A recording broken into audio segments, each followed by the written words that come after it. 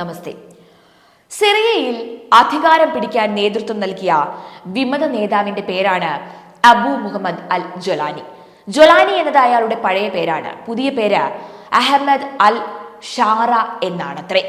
IS-ൽ നിന്നും അൽ ഖ്വയ്ദയിലെത്തിയ ജൊലാനി തീരെ യാദൃശികമായൊന്നുമല്ല ഹയാത്ത് താഹിർ അൽ ഷ്റാം അഥവാ HTS നേതൃനിര വാർത്തെടുത്തത്.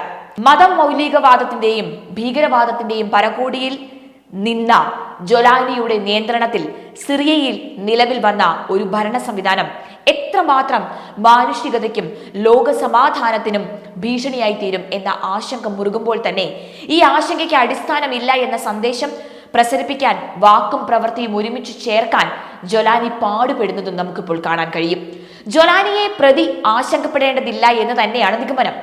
മറിച്ചൊരു സാഹചര്യത്തിൽ ജോലാനി നിഷ്കാസിതൻ ആകുകയോ വധിക്കപ്പെടുകയോ ജീവനടക്കമെല്ലാം നഷ്ടപ്പെടുന്ന പ്രത്യാഘാതം ഉണ്ടാക്കും വിധം ബ്ലാക്ക്മെയിൽ ചെയ്യപ്പെടുന്നതോ ആയ ഒരു സ്ഥിതി ഉണ്ടാകണം. അതിന് സാധ്യതയും വളരെ കൂടുതലാണ്. എന്നാൽ ഈ ഒരു കാര്യത്തിന്റെ വിശകലനത്തിനായല്ല ഈ ഒരു വീഡിയോ ചെയ്യുന്നത്. മറിച്ച് ശ്രദ്ധേയമായ ഒരു വിജയം നേടിക്കഴിഞ്ഞതോടെ തങ്ങളുടെ ലക്ഷ്യങ്ങൾ പൂർത്തീകരിച്ചു കഴിഞ്ഞു എന്ന പ്രഖ്യാപനത്തോടു കൂടിയുള്ള ഒരു നല്ല പിള്ള വേഷത്തിലേക്കുള്ള വേഷപകർച്ചയ്ക്ക് നിദാനമായ ജോലാനിയുടെ പ്രധാനമായ മനോനിലയെക്കുറിച്ചാണ് പറയുന്നത്. ജോലാനിയുടെ ഈ ഭാവപകർച്ച ലോകത്ത് ഇതാദ്യമായി സംഭവിക്കുന്ന പ്രതിഭാസമല്ല. ചരിത്രത്തിൽ നിരവധി ഘട്ടങ്ങളിൽ ഇതേ മട്ടിൽ ടേൺ അടിച്ച അനവധി ജോലാനിമാരെ നമുക്ക് കാണാൻ കഴിയും. വർത്തമാന കാലത്ത് ലോകമെമ്പാടും ഭീകര സംഘടനകളുടെ തലപ്പത്ത് തൊട്ട് സാധാരണ കേഡർ സംഘടനകളുടെ നേതൃനിരയിൽ വരെ ഈ ജോലാനി മനോനില പ്രകടനമായി തന്നെ കാണുന്നുണ്ട്. ഇത്തരത്തിൽ നേതാക്കൾ ടേൺ അടിക്കുന്നത് ആഭ്യന്തരമായും ബാഹ്യമായുമുള്ള സ്വാധീനങ്ങളാൽ സംഭവിക്കാം. രണ്ട് സ്വാധീനങ്ങളും ഒരുമിച്ചും ഉണ്ടാകുകയും ചെയ്യാം. ടേൺ മനോനിലയ്ക്ക് നിദാനമായ ആഭ്യന്തര സ്വാധീനത്തിന് അതിഗുരുതരമായ വൈദിക സദാചാര ദോഷം തന്നെ കവിഞ്ഞ ആരുടെയും പേരിൽ ഒരു ലക്ഷ്യപൂർത്തി നേട്ടം പുകഴ്ത്തപ്പെടാൻ ഉണ്ടാകരുത് എന്ന വഴിമുടക്കി കുശുമ്പ്, സൗകര്യ സൗഭാഗ്യങ്ങളിൽ അഭിരമിക്കൽ തുടങ്ങിയവ പ്രധാന കാരണങ്ങളാണ് എങ്കിൽ ബാഹ്യമായ സ്വാധീനത്തിന് കാരണം ബാഹ്യശക്തികളുടെ ആസൂത്രിത നീക്കത്തിൽ വീണു പോകുന്നത് തന്നെയാണ്. സിറിയയിൽ ജോലാനിയിൽ ബാഹ്യമായ സ്വാധീനമാണ് ടേൺ മനോനിലയ്ക്ക് കാരണമായത് എങ്കിൽ മറ്റു ചിലയിടങ്ങളിൽ അത് അങ്ങനെയല്ല.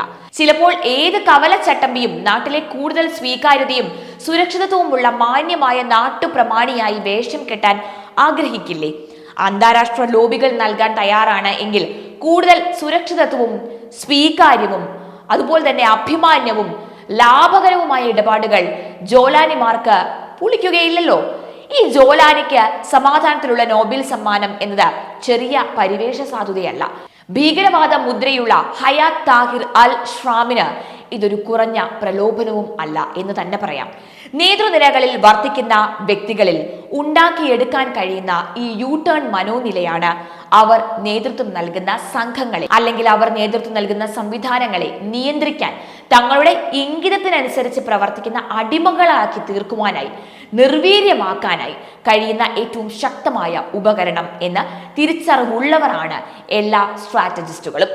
ഭാരതത്തിന്റെ വിവിധ ഭാഗങ്ങളിലുള്ള വിഘടനവാദ സംഘടനകളെയും നക്സലുകളെയും കാശ്മീരിലെ ചില ഭീകര സംഘടനകളെയും ഇല്ലാതാക്കാൻ ഈ സ്ട്രാറ്റജി ഉപയോഗിച്ചിട്ടുണ്ട് എന്നാണ് മനസ്സിലാക്കാൻ കഴിയുന്നത്.